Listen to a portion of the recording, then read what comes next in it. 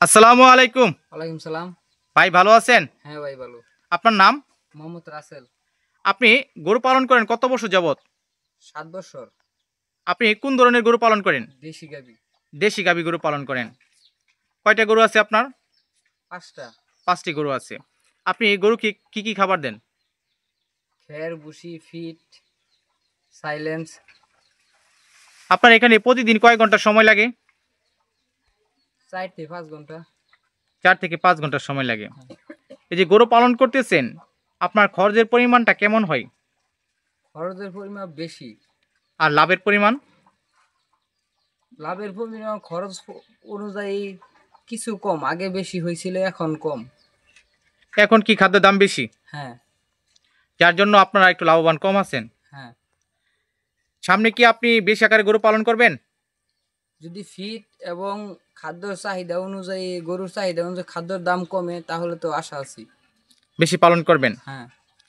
অনেক সময় গরুতে রোগ জীবাণু দেখা দেয়, তখন বুঝেন কিভাবে? রোগ জীবাণু দেখা দেয় আমাদের প্র্যাকটিক্যালে কিছু জানা আছে, এবং আমাদের পাশাপাশি সরকারি ডাক্তার আছে, তাদের সাথে পরামর্শ করি। যার জন্য আপনারা হ্যাঁ, বুঝতে পারেন। হ্যাঁ। প্রথমে আপনার কাছে জানতে চাচ্ছি কি রোগটি হয় একটু বলেন।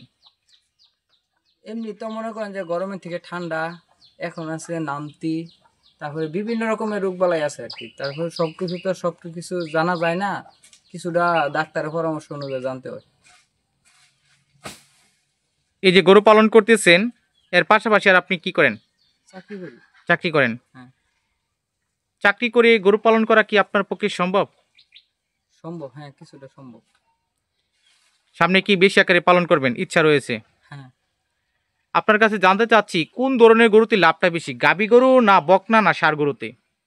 সবগুলাই আছে, কিন্তু ডিফেন্সের উপরে নির্ভর। গাভী গরুর একটু খরচ কম, ষাঁড় গরুর একটু খরচ বেশি। এখন লাভটা কোনটা বেশি, গাভী না ষাঁড়? ষাঁড় গরুতে। ষাঁড় গরুতে লাভ বেশি। হ্যাঁ। হলিস্টাইন ফ্রিজিয়ান গরু ভালো বেশি না দেশি গরু ভালো বেশি?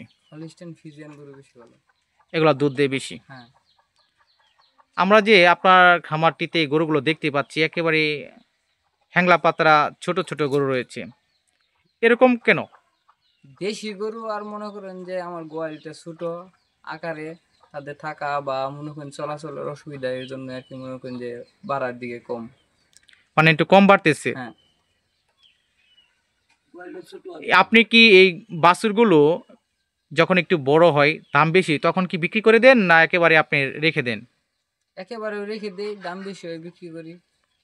তার মানে আপনি একটা বাণিজ্যিক হিসাবে পালন হ্যাঁ, হ্যাঁ, করতেছেন। হ্যাঁ। আপনার এখানে আমরা একটি গাভী গরু দেখতে পাচ্ছি লাল, এই গাভীটা কি আপনার কিনা না আগের ছিল? এটা আগেরই ছিল। এটা আগের ছিল। হ্যাঁ, এই যে গাভী গরু পালন করতেছেন, এর পাশাপাশি আপনি চাকরি করতেছেন, হ্যাঁ। আর কি খাবার দিচ্ছেন প্রতিদিন, ঘাস কি দিচ্ছেন? হ্যাঁ, গাছ দিচ্ছি, খড় দিচ্ছি, ভুসি দিচ্ছি, ফিড দিচ্ছি। কয় বেলা দেন? দুবেলা। 2 বেলা। হ্যাঁ। আর এখানে পরিষ্কার পরিচ্ছন্নতার ব্যাপারটা কেমন রয়েছে আপনার এখানে? পরিষ্কার পরিচ্ছন্নতার ব্যাপার বলতে পানি ট্যাঙ্কির পানি আছে, সাপ্লাই পানি দিয়ে পরিষ্কার করা হয়। যাতে রোগ জীবাণু আক্রমণ না হ্যাঁ। করতে পারে। অনেকেই গরু পালন করে তাদের লস হয়, এটা হওয়ার কারণ কি?